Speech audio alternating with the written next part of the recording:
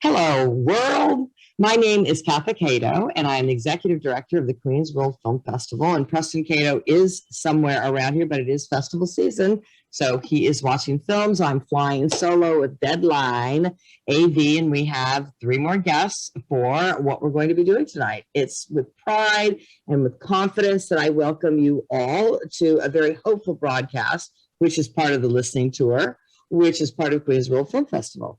So we've been gathering these small groups of people together, talking about hope and talking about resilience. And we call that a listening stop. And we have 12 of these short videos that are finished, and there's 11 more in the pipeline.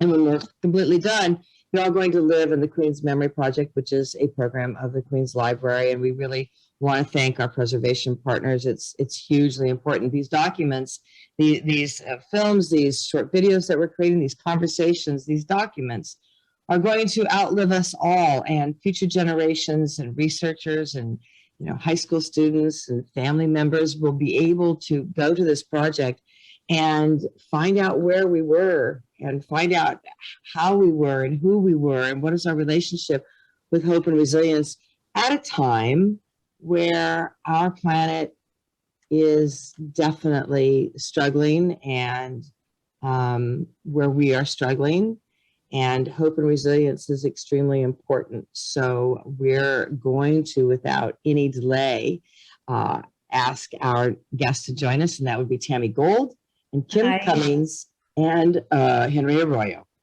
Is everybody here? Hello, everybody. Hi. Hello. Hello. Hi. It's great to have you here. I'm going to ask each one of you to introduce yourself and give you a brief history of your relationship to the festival. And let's start with Kim Cummings, because I believe that you have known us the longest. Kim, why don't you start? Hi. Thanks, Katha. Thanks for having me.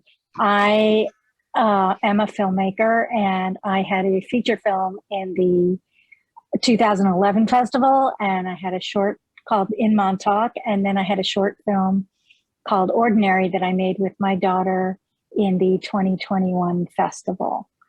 So I am thrilled to be here, and I've known Katha since before the Queens World Festival existed.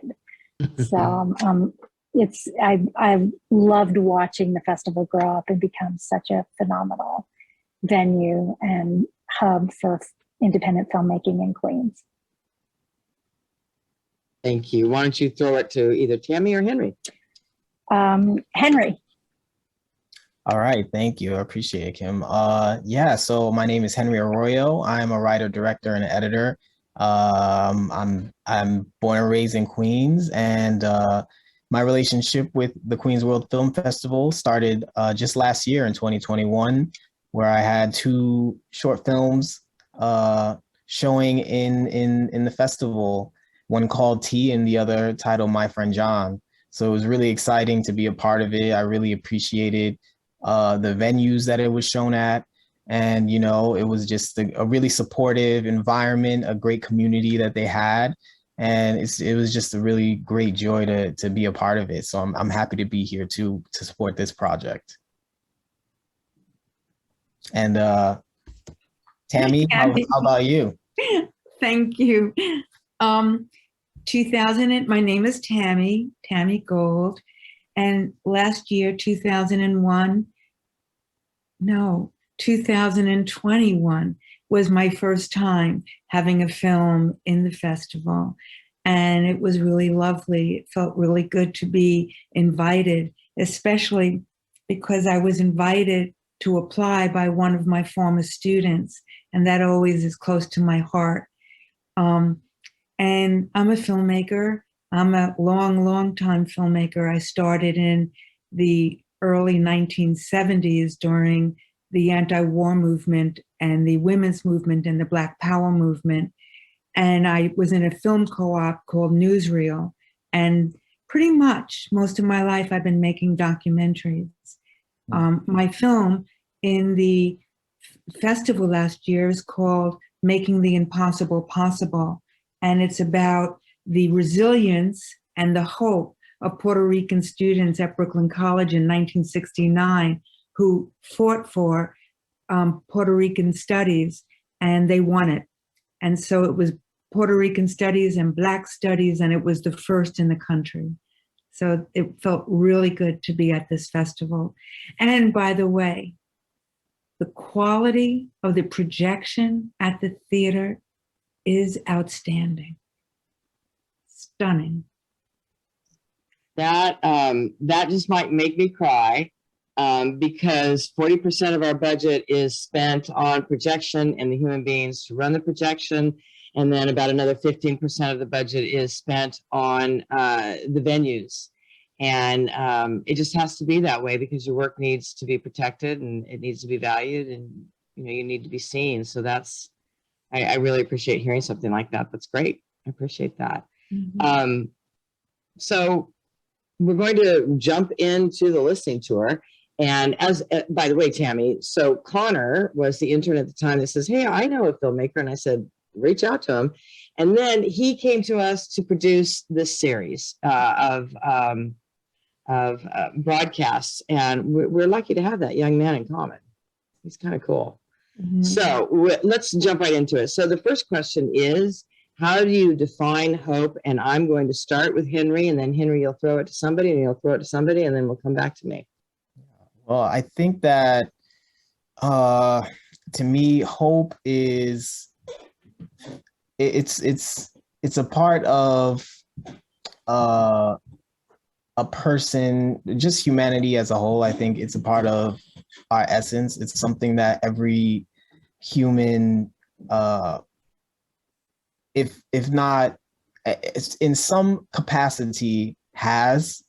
I think that hope is something that, whether we know it consciously or subconsciously, it's what makes us get up in the morning. I think that without hope, a person just wouldn't really want to get up. They wouldn't want to do the things that they do in life, even if they feel like what they're doing is not what they want to do.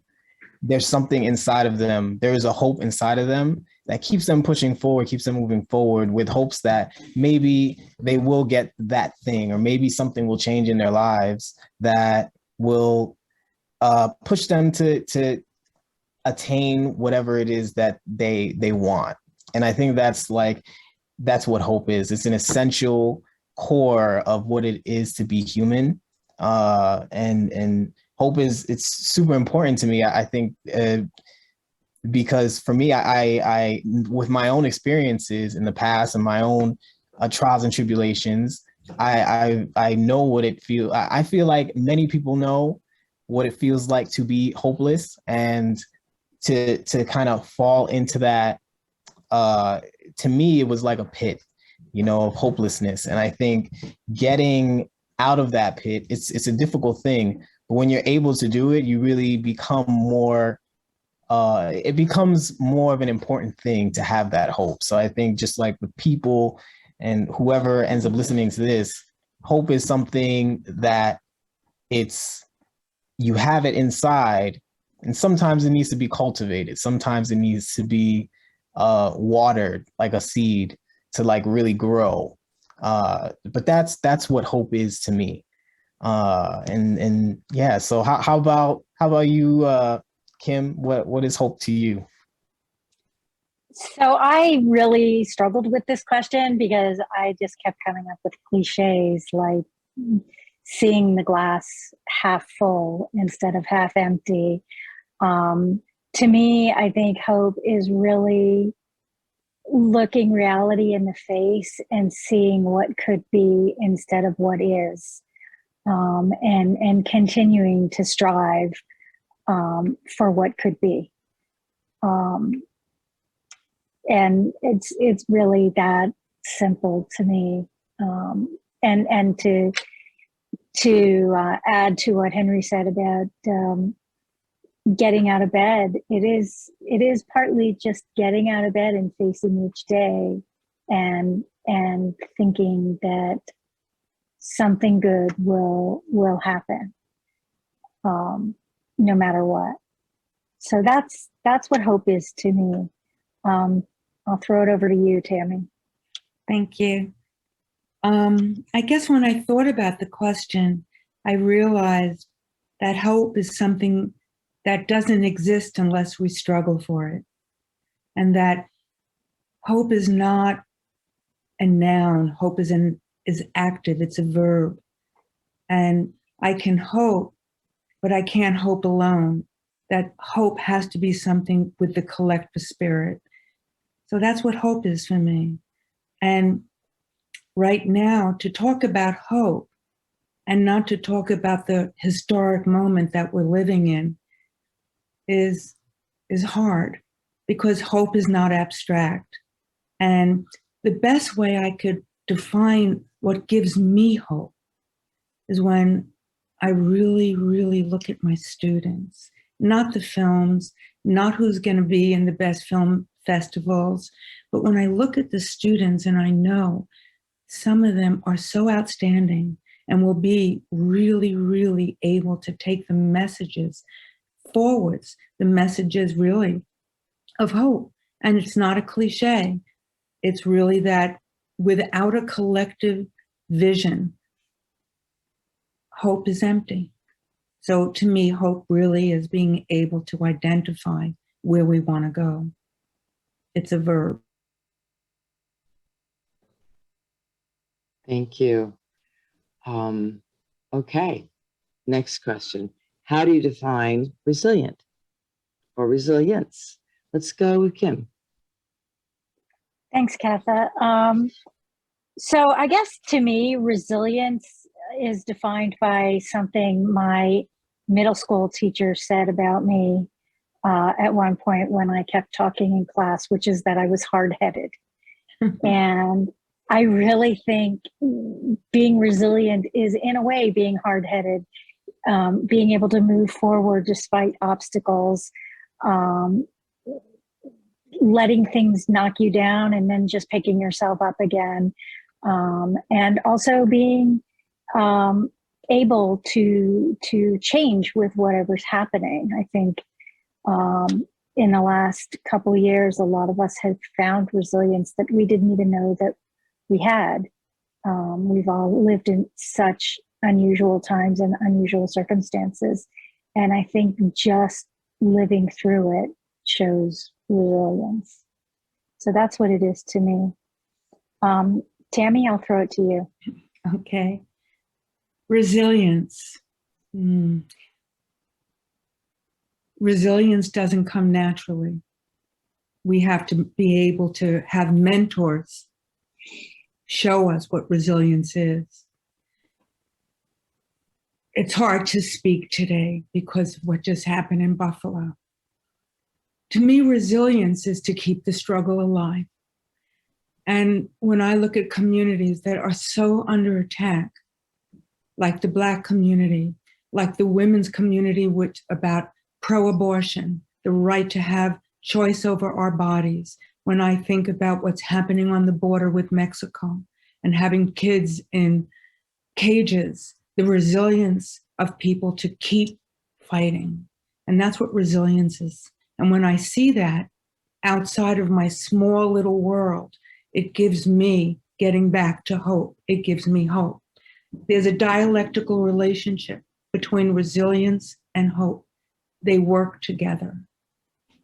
Okay, Henry, I throw it to you.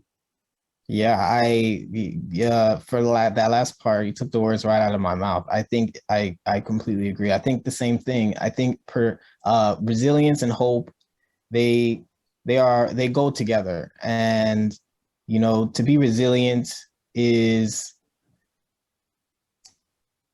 it can take a lot. I think it can take a lot for a person to be resilient, especially when you continuously run into specifically the word failure. I think the word failure is a very scary word to a lot of people, and it's a word that a lot of people let they let that word put them down. And it's after being put down by that word failure, or by really anything in life, any difficulty in life, having the resilience, having the whatever that deep thing inside is, to have the resilience, the hope to overcome the failure, to get back up. And I think, definitely dealing with the pandemic, we have had to struggle through that intensely. And I think even us as being artists, it's something that we develop as artists, because you come in contact with rejection and failure all the time, and you have to be resilient, and you have to continue to have hope. You have to continue to kind of go up a very large mountain, a really high hill.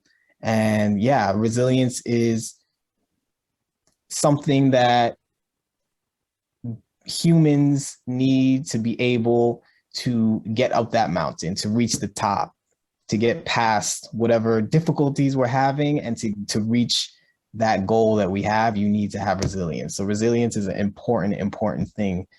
To have hope too, it's important to all these things. Thank you, guys. Okay, next question is, who's the most resilient person that you know?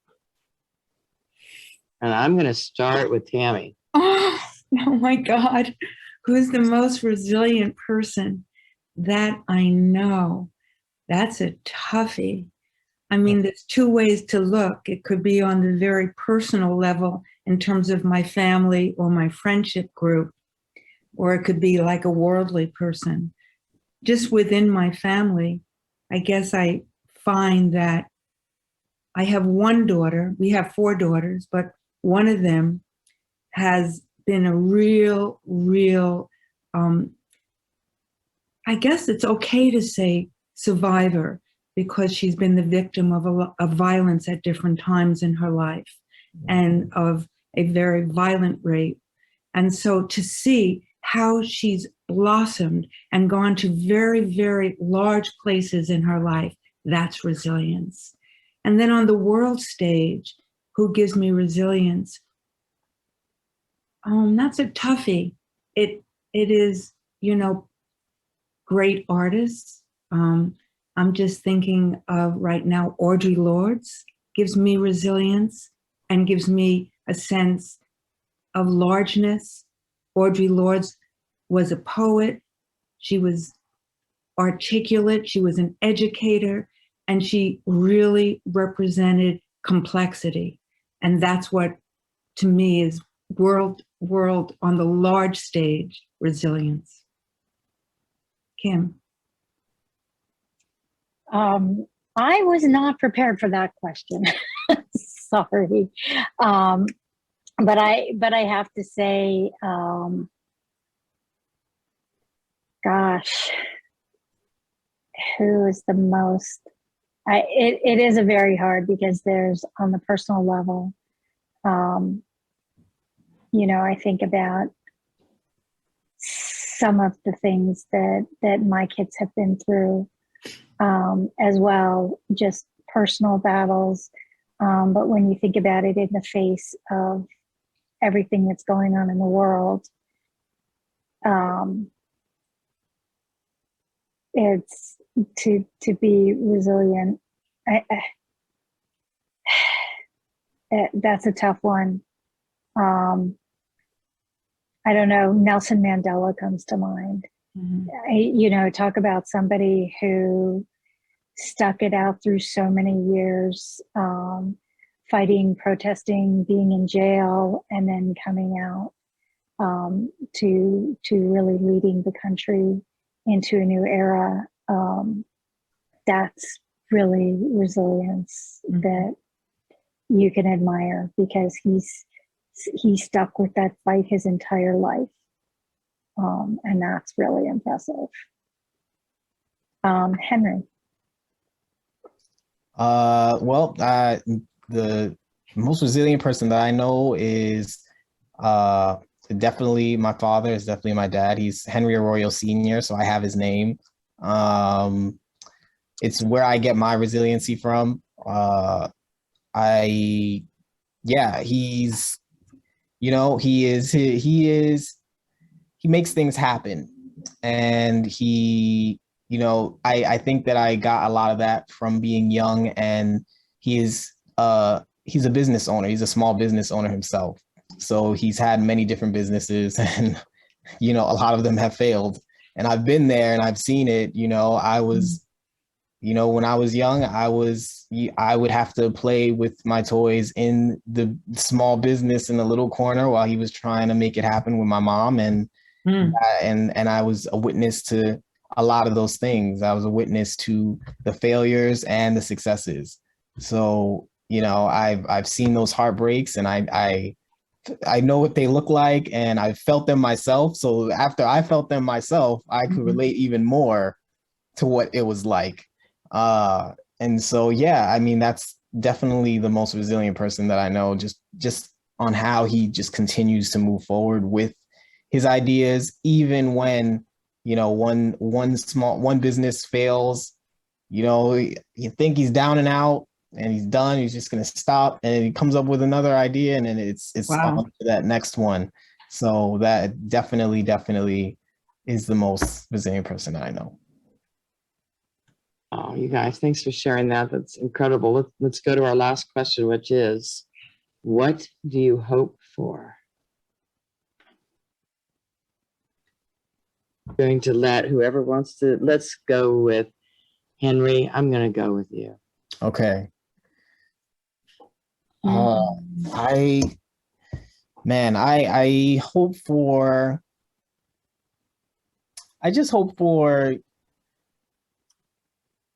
I hope for two things. The first thing is I hope that we are, as a collective, as a planet, as a people, I hope that we are able to really work together to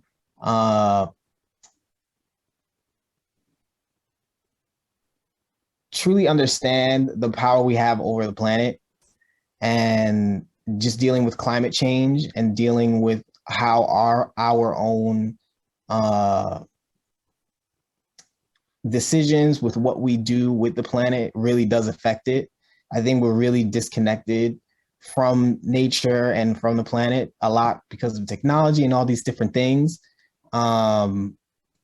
There's a disconnect, and you know, the planet is definitely suffering, and not too long it's gonna get even worse. And I'm hoping that just for the future generations, you know, just off of my nieces and nephews, and I see them, and then I see where the planet is going so far. I'm hoping that we as a collective can get on the same mind, wavelength mentally on that, and just like really push forward on fixing that problem, because that really truly is. I think that is the biggest problem that's happening, and it's going to be huge down the line.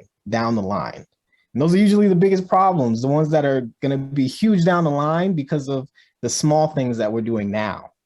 And so that's the thing that I hope. And I hope that just more creativity, a lot more people kind of lean into their creativity and just put that out, because that's one thing that I don't think, whether we create robots and all these things, which is where we're headed, artificial intelligence, I don't think can ever mimic the creativity that humans have. And that's something that we're going to have to, I really hope that everybody leans into, because it's super important. And it's something that, we can't live without that. Can't live without creativity. So those are two things that I'm hoping for in the future. And let's pass it to Kim. Thanks, Henry.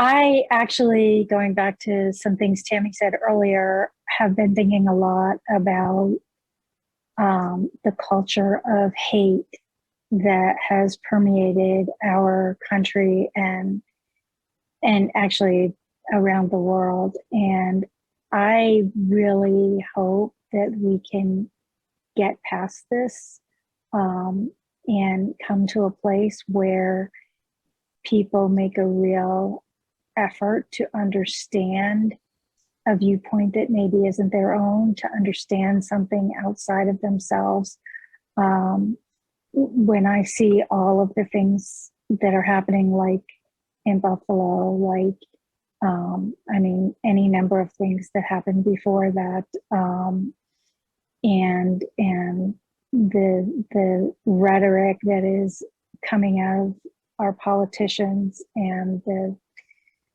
what seems to be hate against women. I really hope that we can move beyond this, and that the voice of reason and empathy can prevail. And with that, I'll pass it to Tammy. Thank you, Kim. Okay. I hope for everything that my brother and sister said. I hope for a clean ocean. And I hope a planet without plastic. And I hope that everybody can say, I am queer, and feel proud. And I guess fundamentally, I hope that everyone finds their inner soul and creativity. And I think that, Henry, that's a really important point, that the creative spirit is really totally connected to our future. Mm-hmm. You know, it's really super wild to be sitting in this position, because I get to hear everybody and I get to truly listen. And that's such an amazing opportunity. We're not looking at our phones. We're not trying to figure out what's the point that I can make. And so as soon as they pause, I'm going to put my hand up, or, you know, put an emoji, or do a reaction, or put something in the chat. It's we're truly listening. There's a couple of themes that have run through what you all are saying, which is the collective consciousness, leaning in, and the power of creativity. And so there's just things I want to share, is that making art is so hopeful. Mm-hmm. You expect for it to last and for it to speak to people in your absence. And that's such an incredible thread that's moving through all of your responses. And the collective, that we kind of wonder how we got here. I have my opinion on how we got here. Here's how we got here. We peed in the pool. We broke all of our toys, and we've been mean to our brothers. And here we are. And I feel that you three are really a steward of a profound hopefulness.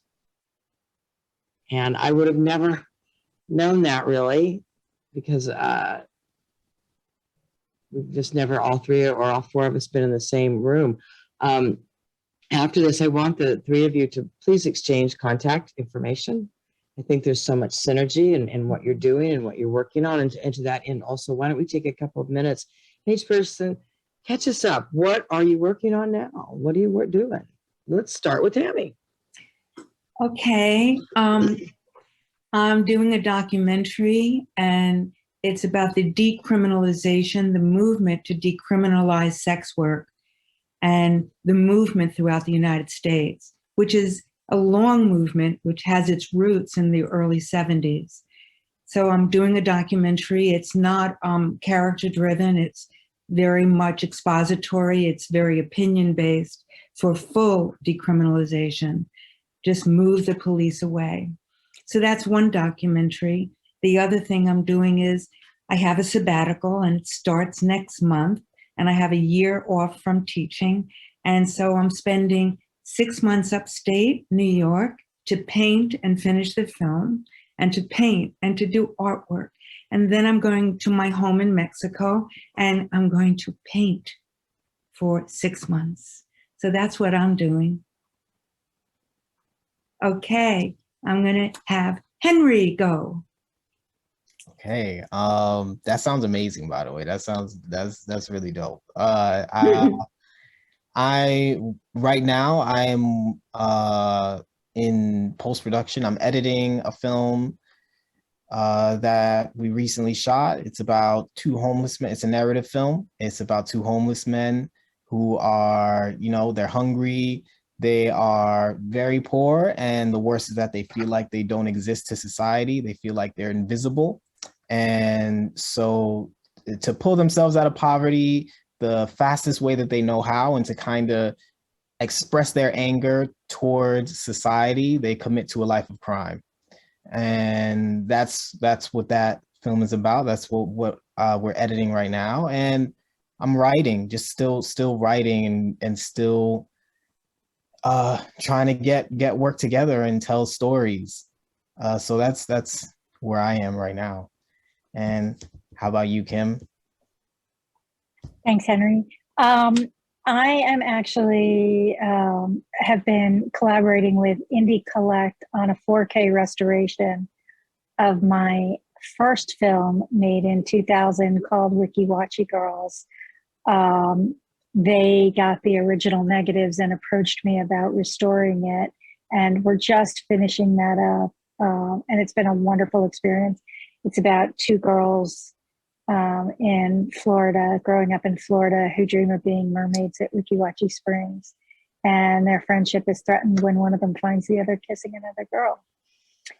And rewatching it and working with Indie Collect has really inspired me to go back to the feature script that I had written several years ago and to really dust it off and polish it up, because I think that message of tolerance is more important now than ever.